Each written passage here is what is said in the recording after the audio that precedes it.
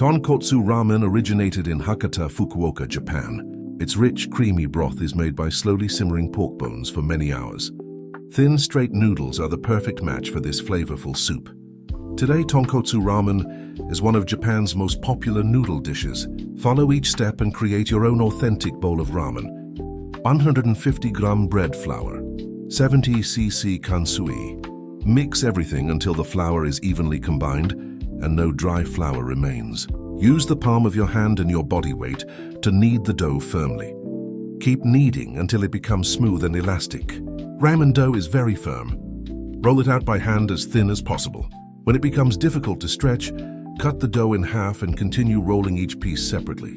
Feed the dough into the noodle machine using the thickest roller setting.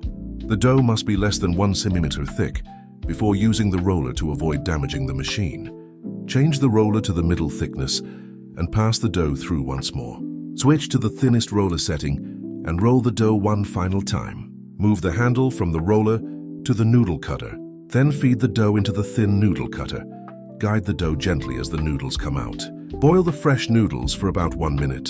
Thin ramen noodles cook very quickly, so avoid overcooking. Place the cooked noodles into the bowl. Pour the hot tonkotsu broth over the noodles. Top your ramen with your favorite ingredients.